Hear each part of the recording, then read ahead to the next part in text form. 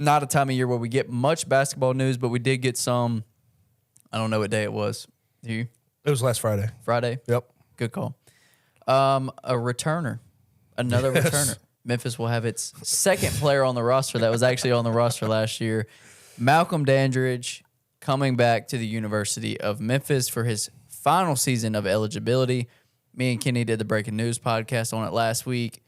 But let's talk about it. What'd you think? It's kind of funny, like the trail of crumbs he tried to leave behind, and then it became a lack of trail of crumbs, and then you're just sort of following it, and you're like, all right, Malcolm, like, what are you really going to do? Like, what really is out there for you? SLU filled their roster up. Western Kentucky was talked about, but then they stopped being talked about.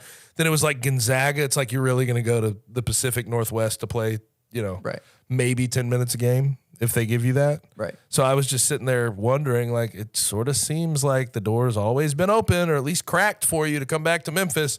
Makes the most sense. You're comfortable here. You don't have to play starting minutes because Jordan Brown's there. You can play the spurts because that's been his issue, is the knees and getting his conditioning right. So he can play 10, 15 minutes a game, and I think it's a great addition to the front court for depth purposes because when we talked, when they sort of solidified the roster, our one real roster question about this team, like a hole you could poke, was front court depth. Yeah. You're adding to it. Nick Jourdain, Jordan Brown, Malcolm Dandridge. If you get DeAndre back, I think you're all the way set. You have the depth you need. You have the talent you need. Yeah, I mean, I'm bigger on it than most people.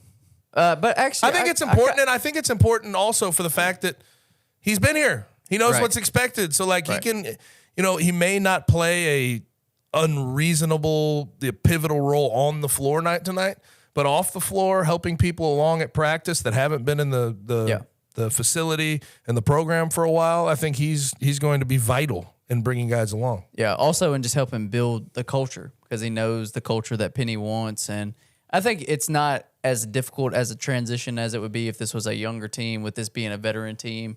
I think they're going to get that, and they're going to get in line relatively quickly just because it's a bunch of guys that don't have much eligibility left. As most guys, this is their last year. But still, I think Malcolm may help expedite that process. And to be frank, I thought kind of the blowback would be more negative than it's been. I've seen some, of course. It's never going to be one way, but like it's been more positive than I expected. You have an extra roster spot, extra, scholarship. Like, why wouldn't at this point in the game, I need more front court depth. There's a guy out there who understands me.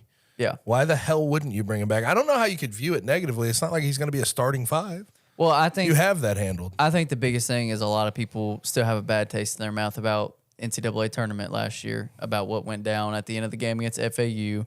I think there have been rumors circulating that, and I'm not saying I believe these, they've just been out there, and you have people kind of pointing back to these, that Malcolm's gotten in fights with teammates before, and that now there's like a narrative in a small portion of the fan base that he may be a bad teammate and a bad locker room guy. So, do you think Penny Hardaway, with the roster he's put together, would risk bringing back a guy that's like the biggest problem in the world? No, that wouldn't make any damn sense. No, I agree.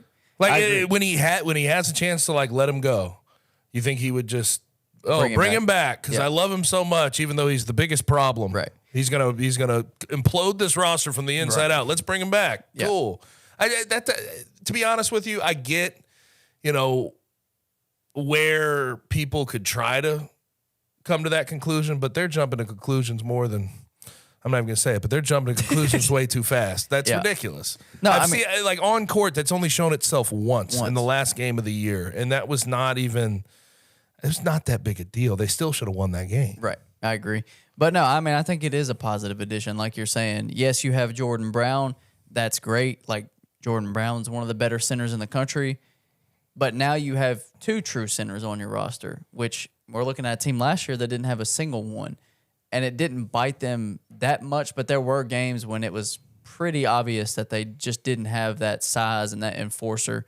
And I'm talking about the period of time where Malcolm was hurt, obviously, because we know he's a true center. But what Jordan Brown offers is completely different than what Malcolm offers. Jordan Brown is a scorer. He can rebound the ball. He's big. He has size. And Malcolm is more of that like throwback center, enforcer, Yeah. block shots, get rebounds. And I honestly think his role, like you said, 10 to 15 minutes, maybe a game, and do the dirty work. Yeah. Go block shots, get rebounds. That's what he's come back Give to Jordan Brown some damn time off the floor. Let him get a Exactly. breather every once in a while. Exactly. Because I do also think, like with Jordan Brown, Penny has made mention of this. The staff has made mention of this. But he didn't get on campus till late, so he's catching up conditioning wise. Like he's gonna need some breathers throughout the season, Yeah. and throughout games. So like it's perfect for that. And I think they didn't really have like Nick Jourdain can go get you rebounds and try to be a nice post defender, but that's not ideally what his role needs to be with this team. Yeah. You needed that. You needed that extra body who's going to go in there, rebound his ass off, block shots, be strong. And I think Malcolm fits that perfectly. Yeah, and now they don't have to rely on him to play extended minutes. Yeah. Which is it's the role that when he's had success at Memphis, he's been successful because he's played 10 to 15 minutes a game and in spurts been really good, especially on the defensive end of the floor. So I don't really see any negatives in it at all. Like you said, you've got that spot, you've got that scholarship. It's not like you're going to find anyone better to fill it with, especially for this team specifically because of, the time that he's been here and the things that he's done. So it just made too much sense the entire time. And I do get a kick out of this whole process, though. oh, it's wild. He got recruited the first time around, right? And like he was sort of outward and telling everybody his intentions, and this time around he was actively trying to be hidden. Yeah. And it was just weird. It was just weird. It's like, Malcolm, where are you really going to go? Yeah. Like there's I didn't see a place where it's like, oh, you're going to get starting minutes as a 5. There Right. wasn't really that on the table for him. Yeah. I mean, I think it drew out longer than most of us expected, but It ended where we thought it would end. Though. right. Like Here we are. Although along the way, there's like some stories here and there of him trying to keep people off that path. Like, Yeah. oh, that's not happening. Right. Like there was the story about him being in the student directory, and I think he tried to get people off the boat. It's like, oh, that doesn't mean I'm coming. Yeah.